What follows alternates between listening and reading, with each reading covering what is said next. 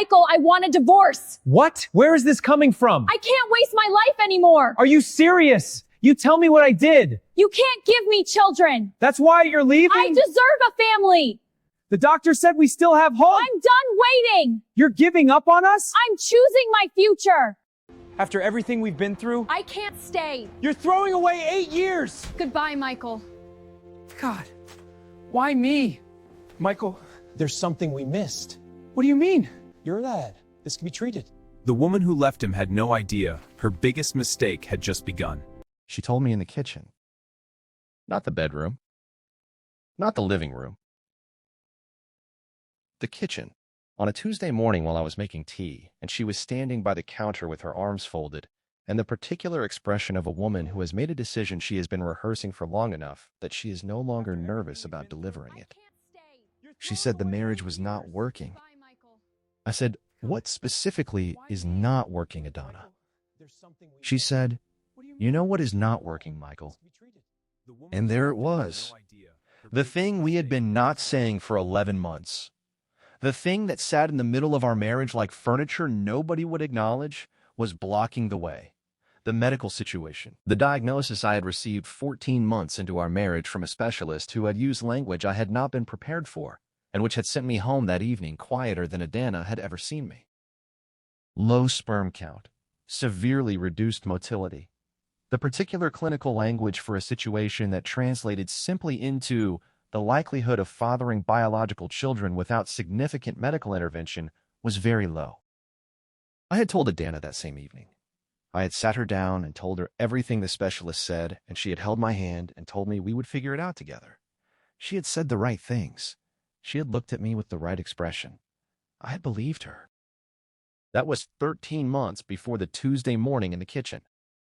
She said she wanted a divorce. She said she was 31 years old, and she wanted children, and she could not spend the years she had left waiting for a medical situation to resolve itself that the specialist had suggested might not resolve itself. She said she was sorry. She said she still cared about me. She said she hoped I understood. I put down my tea. I told her I understood.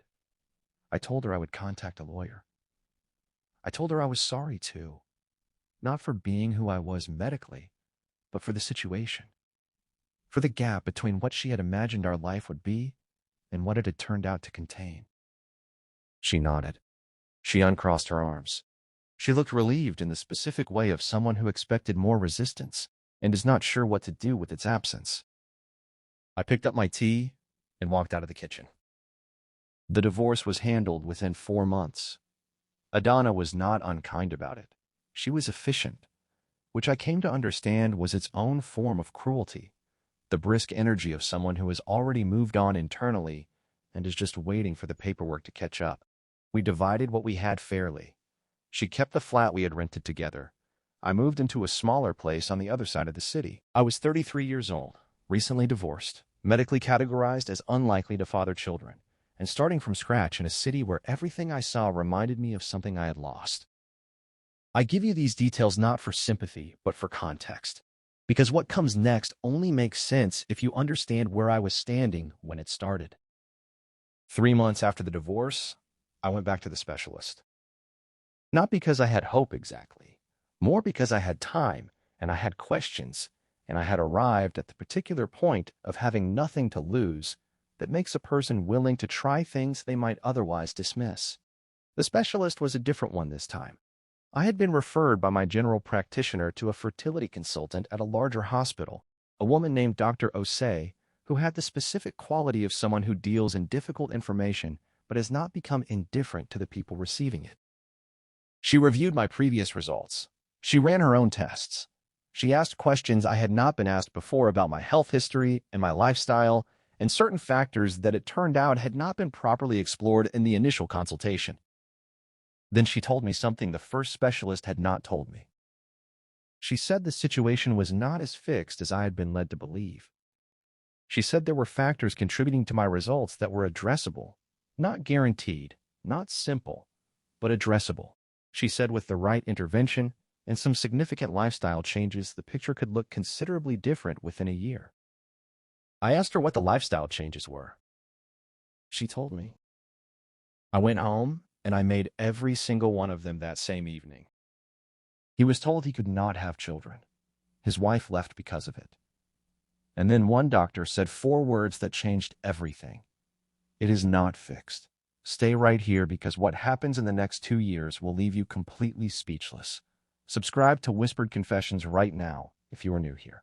Turn on notifications. Hit that bell. Let us finish this story. The year that followed was the most disciplined of my life. I changed everything. My diet completely. No negotiation. No occasional exceptions. No gradual transition. My exercise routine rebuilt from the ground up. My sleep, which had been chaotic for years in the way of someone who treats rest as an afterthought. Alcohol, which I had consumed in the moderate social way of most men my age, removed entirely. Stress, which Dr. Osei had flagged as a significant contributing factor, managed through methods I had previously considered optional rather than essential. I went back to Dr. Osei every 3 months. Each visit she ran tests. Each visit the results moved incrementally in the direction she had suggested they might move. She was not effusive about this. She was a scientist, and scientists do not celebrate data. They noted. But I could see in the way she reviewed the numbers that the movement was meaningful. At the 12-month mark, she reviewed my results and told me that the picture had changed substantially. I asked her what substantially meant in practical terms. She said, "It means the conversation is different now." I met Nosy at a work event 8 months after the divorce.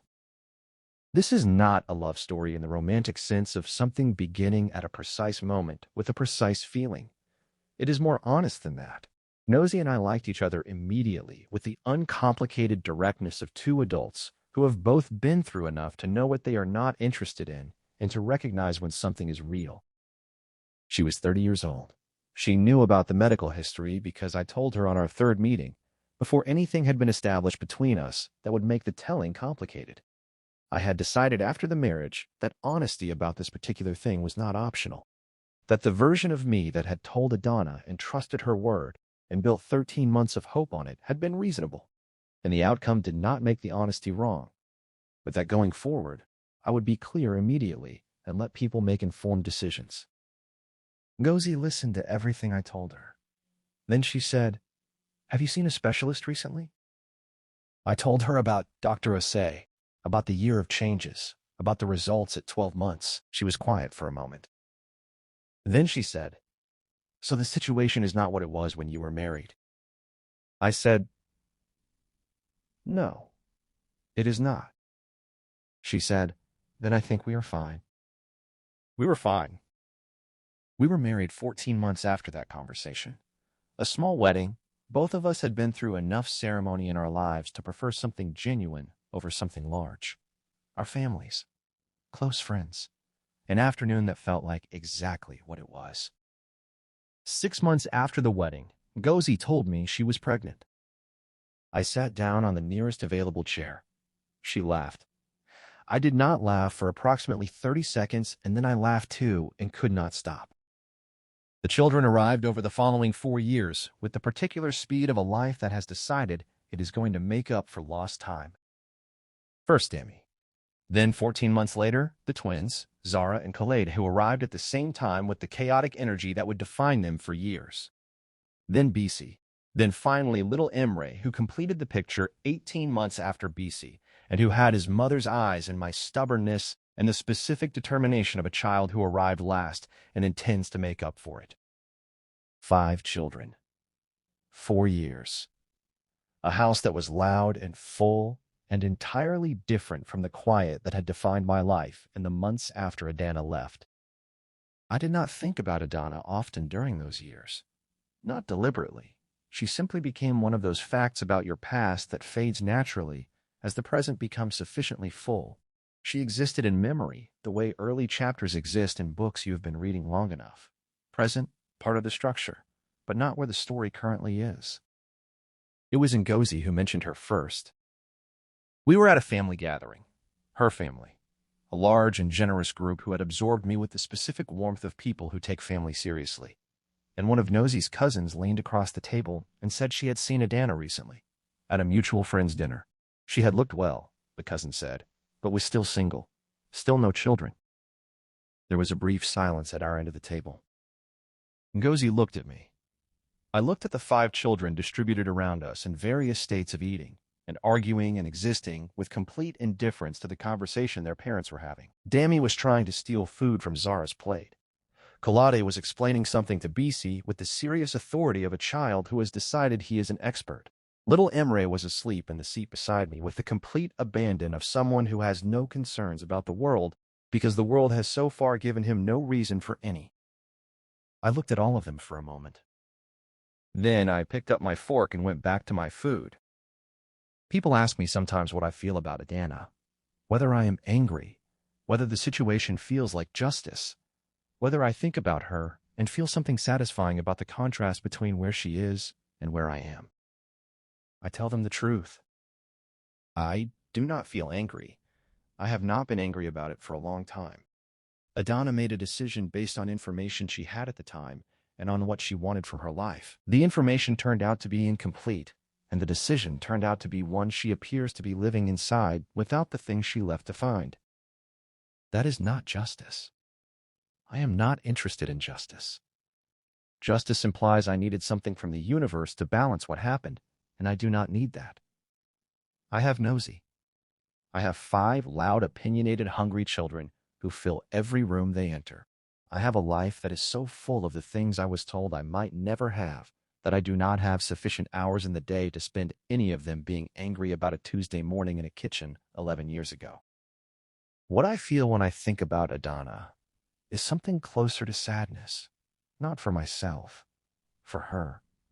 She left to find something and has not found it yet, and that is its own weight to carry, regardless of how it came about. I hope she finds it. I mean that without irony. But I am not waiting to find out. I have dinner to make. Zara and Kolade are arguing about something that will be resolved and forgotten before the food is on the table. Dami needs help with homework that apparently cannot wait. BC has a question about something she heard at school that needs answering carefully. Imra will wake up from his nap in approximately 20 minutes and will require the full attention of whoever is nearest. This is my life. I was told I might not have it. I have every single piece of it. She left because she thought he could never give her children. 2 years later, he had 5, and she was still waiting for one. Drop a comment below. Do you think Adana made the right decision or the biggest mistake of her life? Subscribe to Whispered Confessions right now. Share this video today. Next week, we have something that will leave you completely unable to breathe. I will see you then.